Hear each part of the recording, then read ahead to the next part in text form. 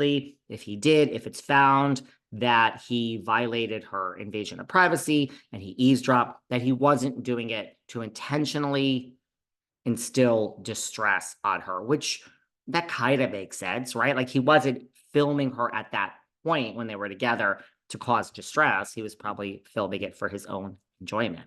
So that part was thrown out. I guess you could say that's maybe a small victory for Tom, but the lawsuit is moving on. Okay. So there you go. That's what's happening in Bravo Legal. If anyone cares. There you go.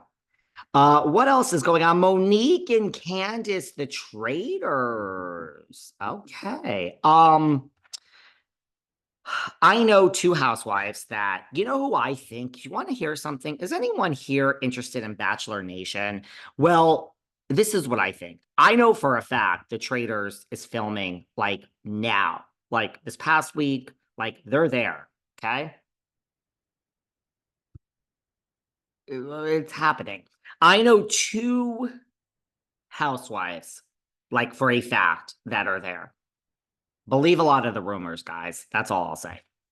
But there you go. So I think Trista, you know, is anyone following this? That Trista and Ryan, Trista Sutter, she was on this podcast, the original Bachelorette. Ryan has been posting these things, and people thought either she passed away or there was a divorce because he was posting like, I'm missing my wife. She has now come out and like basically mocked the whole thing. If you go onto her Instagram, being like, can't someone have a nervous breakdown around here, go through a divorce, blah, blah, blah. Everything is fine. She's like, I just needed a moment to myself. I'm convinced that Trista went to Scotland to do the Traitors. I'm convinced of it. You heard it here first, because she was MIA on social media and Ryan's posting all this and the whole world went whatever. And now she's back on social media. Well, one of the housewives I know is back on social media now too. So I think people are being voted out of the Traitors' house. Anyway, that's what I think of where Trista was. And she says, you're all going to find out soon. Anyway, you guys apparently want me to talk about nothing but Bravo. So let me go back. Monique and Candiace. So Monique, you know, and this is no shade to Monique. I just talked about this. I don't know on what show with Sarah. You guys maybe listened. I don't know. When it was announced that Monique Samuels was going into the Traitors' house, I said, I found that so strange and so hard to believe. No shade to Monique, but Monique hasn't been on the show in forever. This isn't, you know, Celebrity Big Brother. It's not these other shows. The Traitors is like an A-list gig now. When you're throwing around names like Teresa, yeah.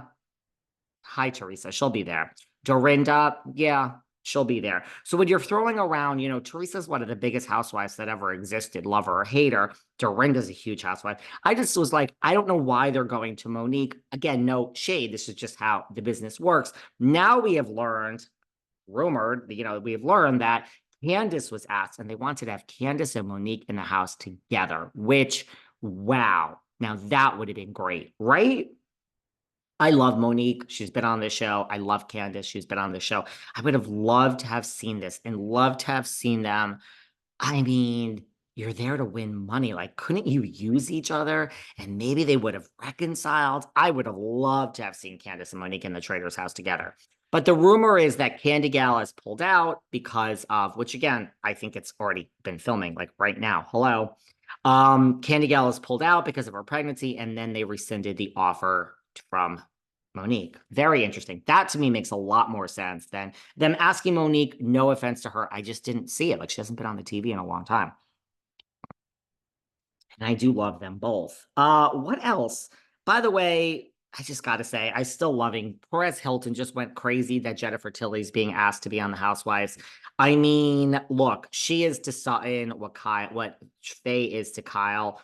I don't think there's going to be a rift in the Jennifer Tilly Sutton Strack friendship, but I think Jennifer Tilly, I mean, look, is she going to really get into it and like go there? I can't see it. I could see her just being like a Kathy Hilton, like filler, although, and I'm not shading her because I think Jennifer Tilly as a friend of, I mean, she's really good friends with Sutton. Just, yeah, make her a friend of. So I'm so here for Jennifer Tilly. I'm loving this idea. Look, I say this in its famous last words because Housewives has a way of dragging you in. I mean, I will be heartbroken if it causes any drama between her and Sutton. I doubt that's going to happen. But I'm so here for Jennifer Tilly being on the Housewives as a friend of. I just hope she gets. I mean, listen, we traded Anne Marie for her plus Kathy. We have two friends for the price of Anne Marie. Brilliant move. And now we have Bazoma for Crystal. I really liked Crystal, but here we are. It's going to be a good season. Tom Schwartz. Tom Schwartz is speaking out. He was on Jax's podcast and he is speaking out. You know, I gotta learn to stick with my original thoughts. I get swayed. Like the season of Beverly Hills, I said Lisa Rinna was gonna be fired all season. Then we had our good friend Catherine Edwards towards the end, and Catherine got in my head, and I love Catherine. And I was like, oh my God, maybe Lisa Rinna won't be fired. And then she was. So I was like, fuck, I should have stuck to my guns. I should have stuck to my guns with this Joseph. I knew I didn't like her in the beginning, but then Sarah Fraser, she's here, she wears me down. And I watch the TV and look, no one forces me to do anything. I'm like, wow. I'm like, okay. So basically, I like Joe. So I came around to not like, to liking Joe, and I knew I didn't like her. Now Tom Schwartz is really saying, like, he's painting Joe as a stalker. I don't know if you guys heard this interview, but he's saying he's trying to be nice and he doesn't want to go there. But basically, she keeps doing these lives and she's using his name for clout. And when they were together, a couple of things were like very weird, that she is just a pathological liar, that she said something to him that she babysat someone in production's child. And I mean, he didn't think anything of it because, I mean, that's neither here nor there. And then it came out, I guess it came up with this person in production, and the person is like, what the hell is she talking about? She's never babysat my child. Strange thing to lie about. And then he saw all these other lies. He's also saying that his sister hung out with Joe when they were, banging. And his sister the next day said, don't ever fucking make me do that again. That like hanging out with Joe was like the most bizarre, strangest, horrific experience of her life. So, yeah, we're learning more about Joe, and Joe might just be a single white female stage 5 clinger stalker. That's what Tom is saying. I don't take Schwartz as a liar. I take him as like a weak man, but also nice guy. He doesn't want to really go there with her. And he hemmed and hawed before he admitted this on Jax's podcast. So apparently our friend Joe might be a little crazy. So I gotta stick to my guns on these things. I knew that Joe was a bad seed, but I got manipulated and I came around to her. What else could we talk about?